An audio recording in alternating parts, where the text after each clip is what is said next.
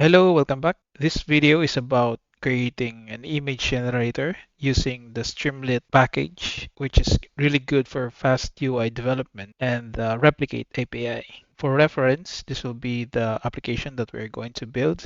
So there's a title, a prompt input, and just a button here. So the image will be displayed at the bottom. So for example, we input a cute dog and we click generate image. It's going to display a loading icon here and a label that says generate image, and it's going to pop out an image of the prompt. Let's get to it. First, you'll need API keys from replicate.com. So I'll need you to register inside this website, replicate.com. And after you registered, you'll go to the top left part of the window and click the profile. So when you click that, you'll see API tokens here. And then inside this token name box, you'll type your token key. So for example, for test, then click create token. And after creating that, as you can see, I have created two. You can click copy and then paste it inside Notepad or other Word document. For coding, I am using PyCharm, but you can use any editors that you like. Next, I'll need you to set up .env file for the project. I've created my file here, just inside the project folder. And then you're going to put replicate underscore API underscore token. And then you're going to paste the token here. For the packages, all you need is pip install Streamlit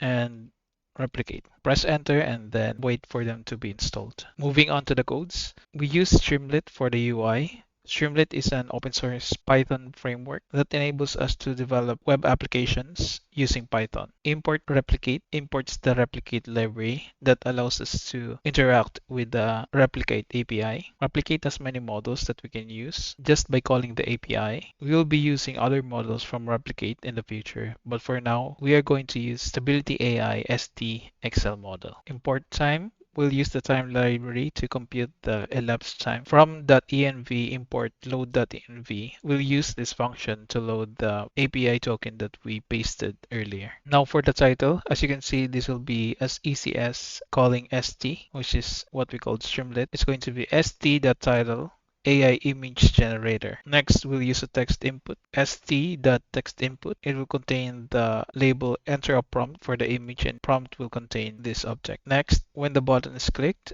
as you can see here, st.button generate image is the text that is displayed on the button. When this is clicked, it's going to display this block here. This block starts with a spinner, st.spinner. This is also part of the Streamlit framework. It's going to contain the label generating image. And then we're going to log the time using this part-time variable, and it's going to equal time.time for logging the start of the generation. And then we will call the replicate API in here. So we'll call that using replicate.run, and it's going to accept the model name and then other input parameters, such as width, the height of the picture, and the prompt, which is from the text input above here, which is coming from enter a prompt for the image. Refine sets the refinement method. Num outputs is the parameter of how many images will be generated. In this case, it's one. Apply watermark false disables the watermark feature for the generated image. Negative prompt, low quality, worst quality.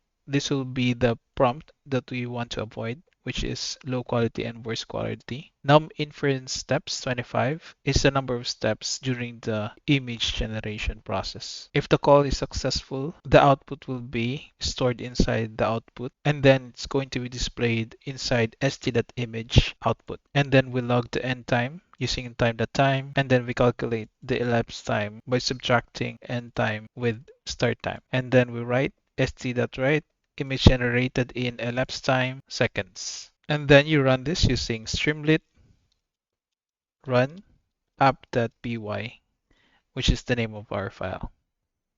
Press enter, and it's going to pop up inside the browser.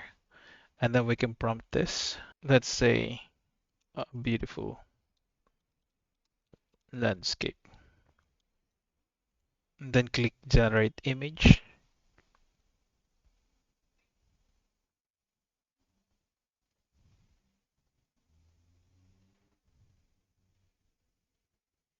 And it's going to pop up this beautiful picture here. As you can see, the image generated text is below the image here. And that's it. Um, this code will be uploaded in GitHub, so you're free to edit and fork it. Thank you very much and see you on the next video.